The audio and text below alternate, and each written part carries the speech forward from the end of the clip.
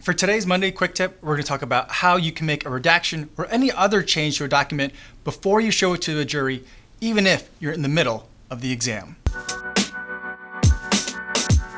Welcome back to another Monday Quick Tip, where we talk about tips and tricks that make hot seaters out there faster, more efficient, and more valuable to your trial teams. And today what I want to talk about is how you can make changes to documents while you're looking at it without showing that to the jury or the other side, even if you're in the middle of an exam at court. And today we're going to be using Trial Director 6 to show you. First step is you got to make sure that you're using Trial Director in extended desktop mode. I still see a lot of people out there that are using Trial Director in mirror mode. In other words, what you see on your laptop is what the jurors are seeing at the same time. That's really going to limit your capabilities in terms of how much editing, prepping, changing you can do to what you're about to show to the jury before you actually show it.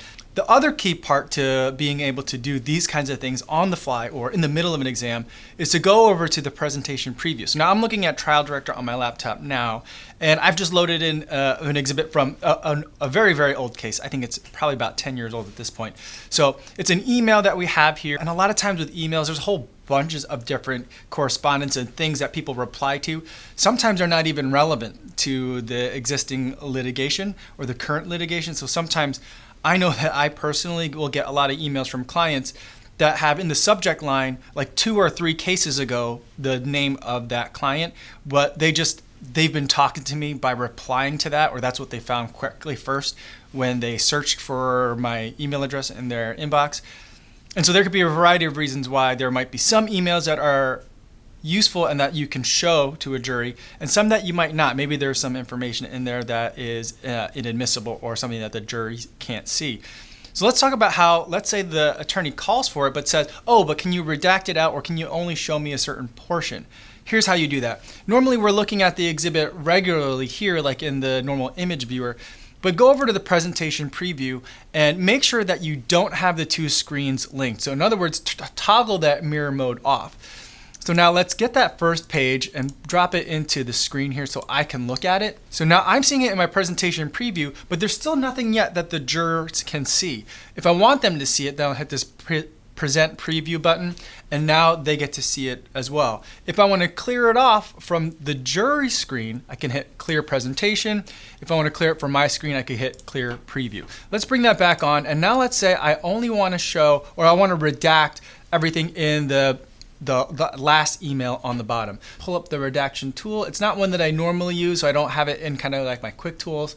So I'll come over here, find that redaction box, and then I'll just redact out that last email that I don't want the jurors to see, and now I can hit present preview, and now no one even realizes that there's anything missing from this email exhibit. I can then go to the full width view and then hit present preview again to make sure that they're seeing it the same way. Now there ends up being a lot of button pushes, so a lot of times in that situation, what I normally do is I leave this mirror mode toggle on, and then if a situation arises where someone's like, hey, we need to show this exhibit, but don't show that bottom part, then I'll turn that toggle off, bring the exhibit in, make the redactions that I need to make, present the preview, and then turn the toggle back on. So now I'm back on to kind of like what's happening on my presentation preview is happening there. It's a lot of things to juggle, but it's manageable. And so all you just have to do is make sure that you're keeping an eye on what the jurors are looking at, so that way you don't think that, oh, I've already done all the things that the attorney asked for, and everyone's kind of looking at the screen and waiting for you. So just make sure you're keeping an eye on both of the screens, make sure everything is showing what you intend to be showing.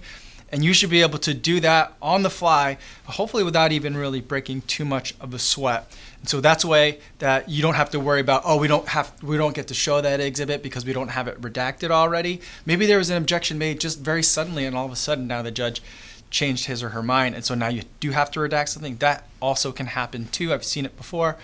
So being able to make these adjustments on the fly is really important, and the key to being able to do it is, 1, making sure you're working in extended desktop mode so you have a workspace that the jurors can't see. And number 2, that you're using the presentation preview so that way you can set everything up and then push over the things to the jury screen once you're ready and confident that it's what you want them to see and only what you want them to see. So that's a quick tip for today. A little bit longer than usual, but I thought it was really worth talking about today. So let me know if you have any questions about it. I'd love to talk to you guys more in the comments. That's all I have for today's Monday Quick Tip, and I will see you guys in the next one.